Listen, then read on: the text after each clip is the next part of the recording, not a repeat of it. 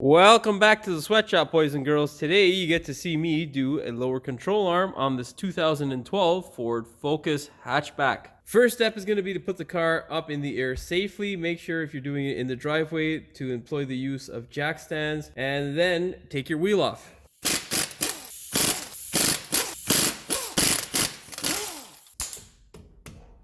Oh, that's going to be fucking fun. Next step, remove this tray.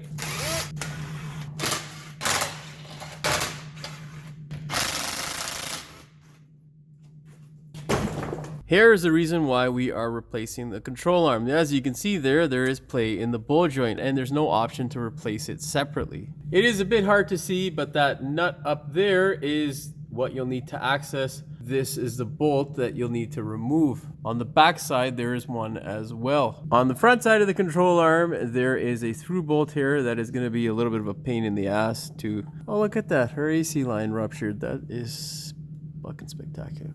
Look at that, boys and girls. Ford quality. Isn't that just nice? Anyhow, back to the control arm. This is a through bolt that you'll need to access. In my case, I'm kind of lucky that this thing has given way because now I can just move it out of the way and remove it. Otherwise, what you need to do is be very gentle in getting this control arm bolt out because you need to angle it up in order to avoid this. But if you have luck like me and the car is a pile of junk that you're working on, you won't need to. Yay! Now we're going to attempt loosening up this bolt here. It is an 18mm bolt. I'm a bit lucky today because this line has ruptured and is useless, so we can simply move it out of the way and sneak a ratchet in there instead of a wrench. If your line is in good condition, don't use a ratchet, use a wrench. Oh god, looks like the luck has run out. Fucking...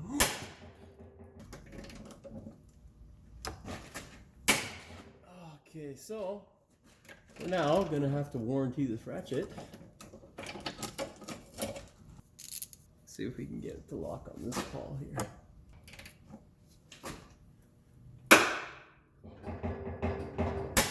As you can see, the Ford is not cooperating. Its quality is persisting. So we're gonna have to find a way to break this thing loose. And we're also gonna have to get a new ratchet. Unfortunately, in Ontario, we are currently in a lockdown, so good thing I have two of these. Currently, we have been fighting this bolt. What I have done is use the stand and push my wrench up because pain in the ass and the angle that it is in, this is obviously seized. So what I'm going to end up doing is using a bit of heat, most likely, to free this up. In the meantime, so we can feel like we have some success, what I'm going to do is now take these bolts out. This end is a 18 mil, and the top end, the nut that holds it, I believe, is a 19. I'm wrong. What's bigger? So to get this back bolt off, what I've managed to do is sneak a small Johnson bar and 21mm socket to hold the captive nut, and we're gonna fire it free now.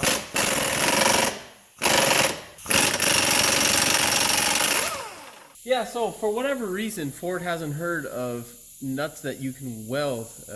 I don't understand why this is just free and in such an awkward position. It's a stupid design, like a lot of American products, unfortunately. Of course, the front nut now is covered by the steering motor, the assist motor that gives you power steering for this pile of junk, and it's going to be extremely hard to get a wrench in there. I don't have a big enough offset wrench, so we'll try with a regular 21mm wrench to see if we can get it over the nut. Luckily, there is just enough space to get a 21mm wrench in there, so Ford's not a complete loss.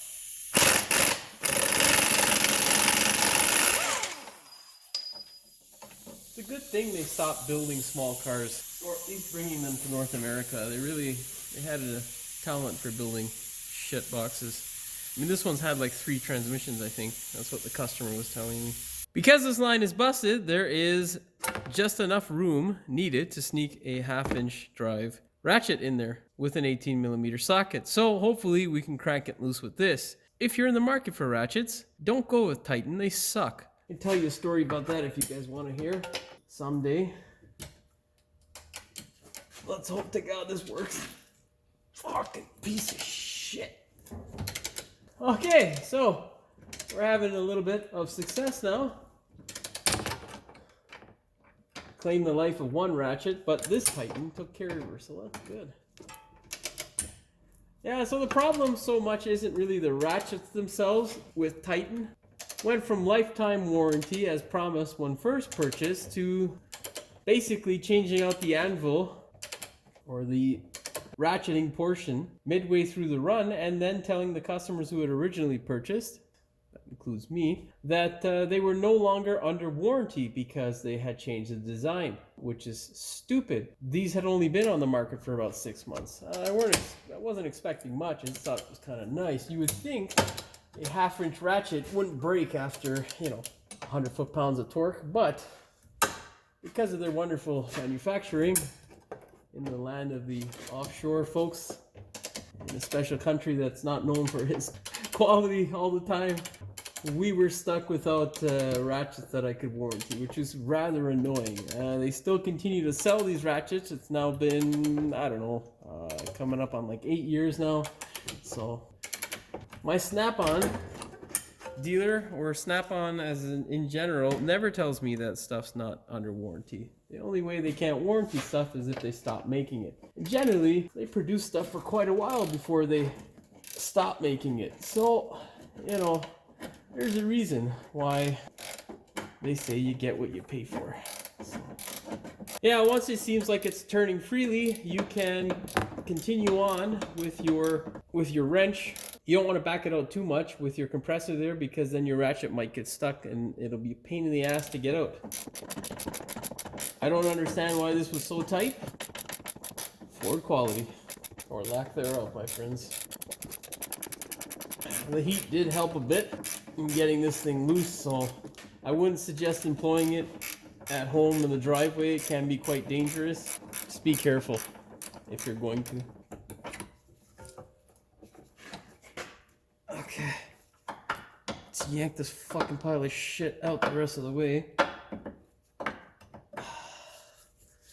Of course, the compressor is in the way because, someone must have been asleep in the fucking design studio that day. In an effort not to make more work for myself, what we're going to do is jar the engine forward by sticking the pry bar in this mount here. Like so. Just a little bit more. Okay. Fuck it. Looks like we're going to remove this stupid tray. You're going to need a 10mm for these 3 or 4 bolts that hold it. There are 4 bolts that you'll need to remove, or at least loosen up. There's this one here right in the front that holds this stupid bracket, and then these 3 here. Once you get them removed, you'll be able to sneak the bolt back some more and finally pull it out the rest of the way. At least that was what the hope was. Let's see if we can get this down a bit more.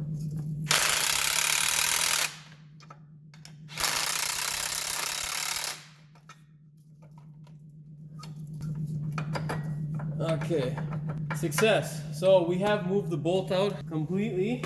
It is now separated from the lower control arm. Our next step will be to pull the nut out for the CV shaft so we can push this whole waste of life assembly outward from the car. That way we won't yank the CV out of place when we go to remove the control arm. What we're going to do is separate the control arm. Then once we get the control arm separated, we will then take this bolt out so we can drop it out the rest of the way. Remove the CV axle nut.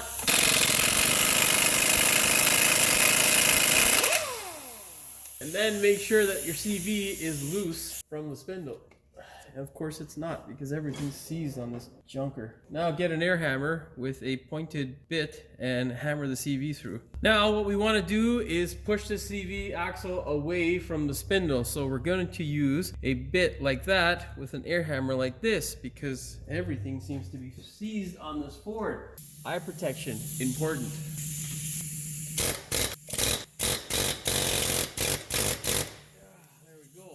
It may look nice and quick to you, but it has been a little bit of a while because Rustite is a real mother. Now, what we can do is take our pry bar and separate the joint from the vehicle and make sure that your CV shaft doesn't get yanked out at the same time. Why don't I just show you? It'll make my life easier.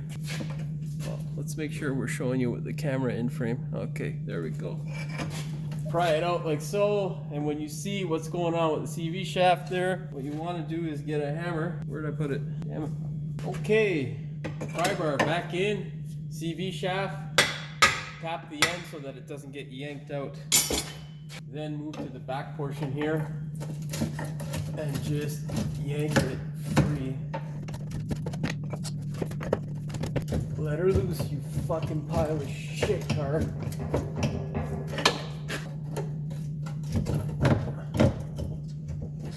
Stupid fucking design. Honestly, man, I wonder why these fucking assholes can't be profitable, man. Just stick to fucking pickup trucks, assholes. Fuck. That's the goal there, is to remove it in that sort of fashion. It makes your life a lot easier because, as you can see, this bushing in the back of the control arm is pretty tough and ain't easy to twist down. So now what we'll do is loosen up this through bolt here and remove the rest of this junk. Now you'll need a 18mm socket to remove the nut on the back. This is a T55. Do not try to remove this portion of the bolt first. You want to get the 18mm nut off first. Once you do that, you can then spin this guy free, hopefully, if it's not rotted to crap and Rustite held in there. Once you get that done, take your impact and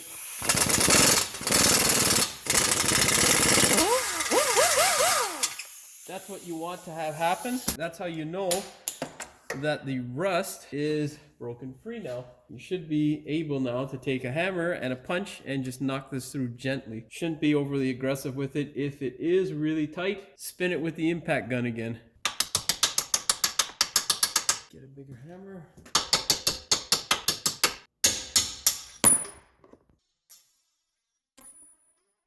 Oh, thank God that didn't hit my phone. Now, with the nut and bolt combination removed, the next step is to remove this useless piece of stainless steel out of the way, just to the side. Now you're going to take a wedged air hammer bit and slowly drive it in. You don't want to drive it in excessively quick or with too much force because you can damage or crack the spindle, which would render it useless. And then you will for sure want to not be alive and do this job anymore, and you will somehow then pray to God and hope that the car falls on top of you so you don't have to partake in this misery anymore. That there is the type of bit that I usually use for this type of job.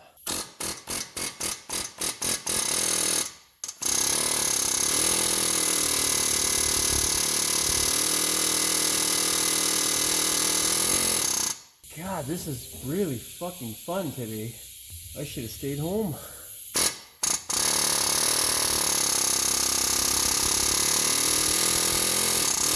If you can get a punch just to knock it a bit, it might help.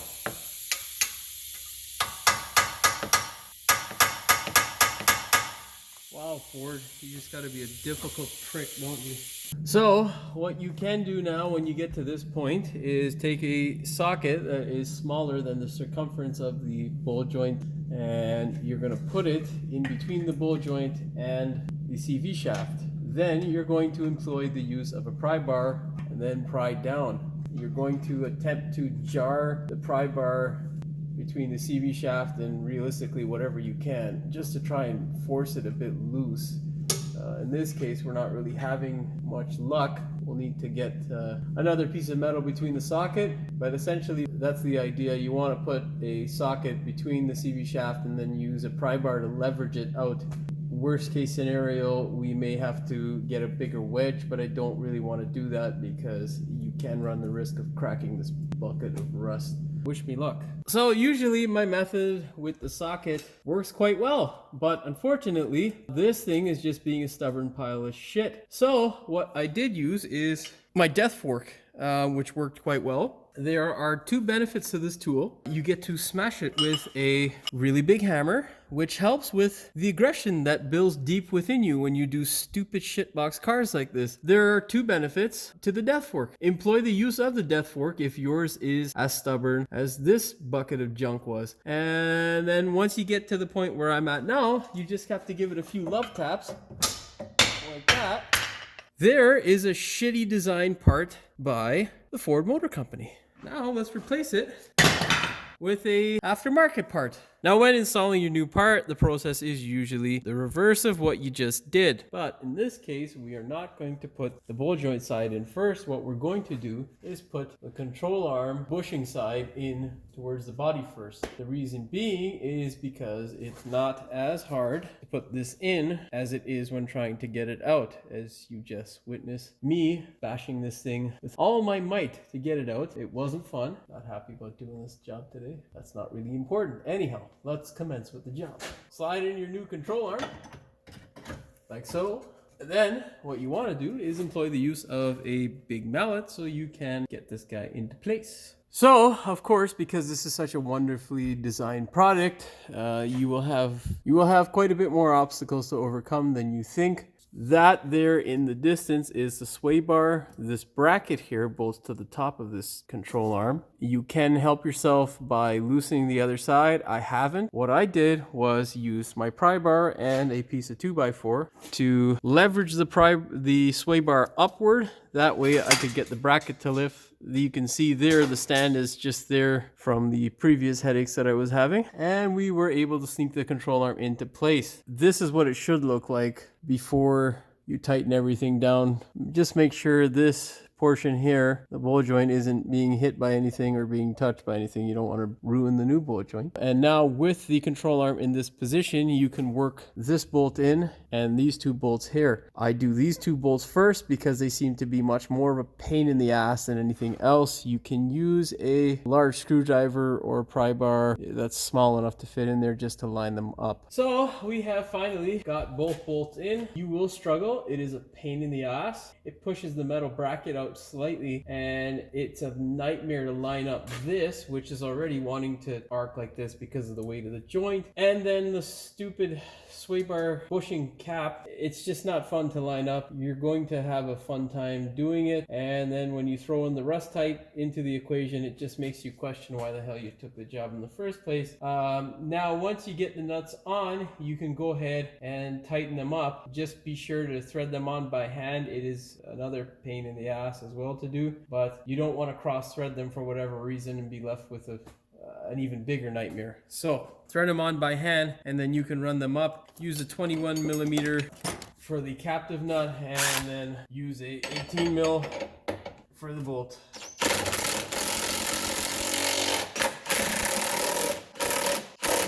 Okay, the next step is going to be, before we cinch those down completely, is to get this pain in the ass back into where it's supposed to go. What you're going to use is a pry bar to push it around.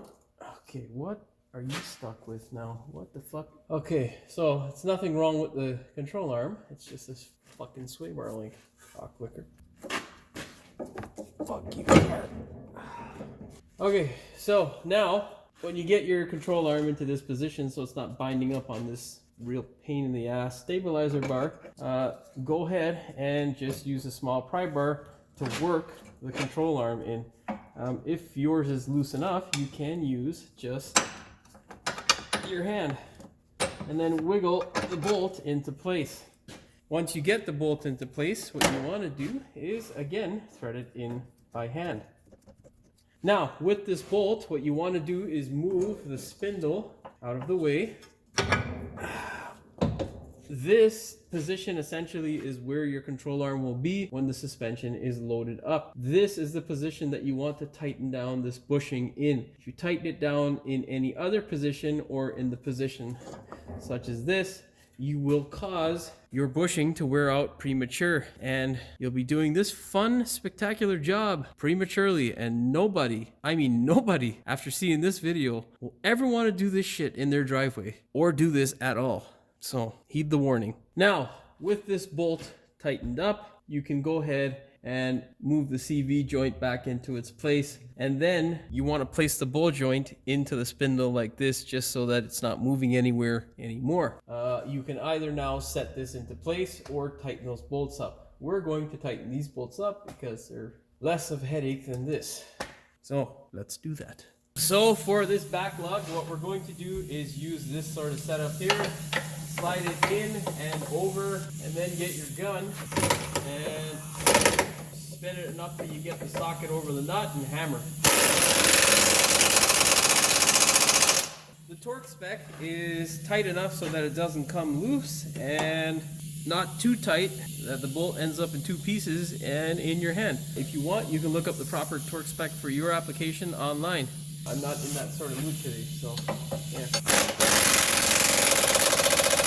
Wrench for the front, and now we can move to this guy here. We're almost there, folks. Just hang in there. The noose is slowly loosening. Next step, what you want to do is jiggle this guy into place. The way that you're going to do this is by pushing the ball joint or the spindle in towards the ball joint. Essentially, you're going to push it as far as you can this way so that the joint lines up straight with the actual control arm or with the spindle. That way, ball joint will just slide in enough so that you can tap it the rest of the way home. Now, if you, for whatever reason, can't get it, just tap it on the caliper and then on the joint and back and forth until you get it. Once you do get it in and straight, just keep tapping it until you get that little rounded portion of the ball joint where it allows you to put the through bolt through the spindle. Okay, now find your through bolt and stick it in there. Persuasion is sometimes needed, so. And now get your nut.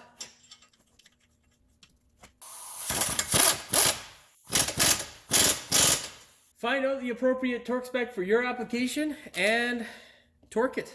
Your next and final step for this wonderful job is to place your CV axle nut back in or back on the CV axle and fire it home. The torque criteria for me today is the same as it was for those two bolts back there.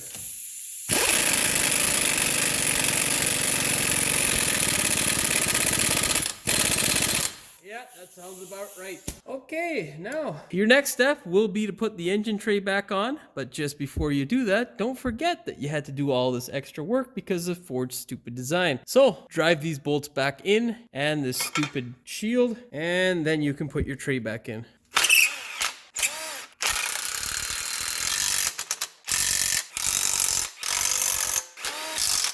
And now the tray. Last step is to put the tire back on the vehicle. Yeah, black. Thread them bolts in by hand before you screw it up with the gun, and then screw it up with the gun.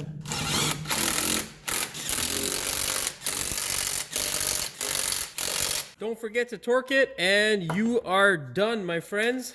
Hopefully you enjoyed watching me struggle. If you did, please like, share, and subscribe. And don't forget to hit the notification bell so you never miss one of my new videos. We'll see you in the next one. Next step is going to be to take this fucking wheel off. God damn it. Your next step is to take your wheel off. No, that's your first step. If you have a hoist, great. If you don't, that's going to suck. Stop fucking rambling, man. The next thing you want to do is remove this engine cover. Not an engine cover. What the fuck is that shit? The only way to access it is by moving that. I'm so fucking tired. Oh, fuck. Why am I rambling? Because I'm tired. So here's the reason why we're replacing the lower control arm. As you can see, you can't fucking see shit like that. So here I am a little bit lucky today because this fucking pile of shit line. So currently we have been fighting this fucking bolt. Oh, what a stupid fucking design. What a fucking pile of shit, man. Such a stupid fucking design. Like, well, it looks like we're not gonna have much success today. I'm already in a great mood, so So because this line is busted, there is just a bit of, there's, fuck. So because this line is busted, there is just a bit enough, one of me. And then telling the customers that originally purchased, ow, don't fuck your hand up in there, Jim. Oh, fuck off, man. In an effort not to remove this fucking mount, is that even in frame? There are four, God. You will somehow pray to God that the car falls on tops you. So, slide in your new control arm. Pull this fucking guy out of the way first. Oh, for fuck's sakes. You fucking dumb piece of shit. I don't understand the way these fucking people design their shit, and then they wonder why they can't sell cars, because repair costs are so fucking high, because it's just a dumb fuck design. Garbage, man. Fuck this job. Smash the fucking lower control arm in until you feel satisfied that you've released enough aggression. Cocksucker. Much more obstacles to overcome. Now, before you go whacking away, now the last step here, boys and girls, after you put your tray on, is to put the tire back on the vehicle. God, I'm losing my mind. Hopefully you enjoyed watching me struggle. If you did, please like, share, and subscribe. If you learned something, continue to watch. Hopefully you enjoyed watching me struggle to do this job. If you did, please like, share, and subscribe. And don't forget to hit the notification bell so you never miss one of my new videos. We will see you in the next one. Peace!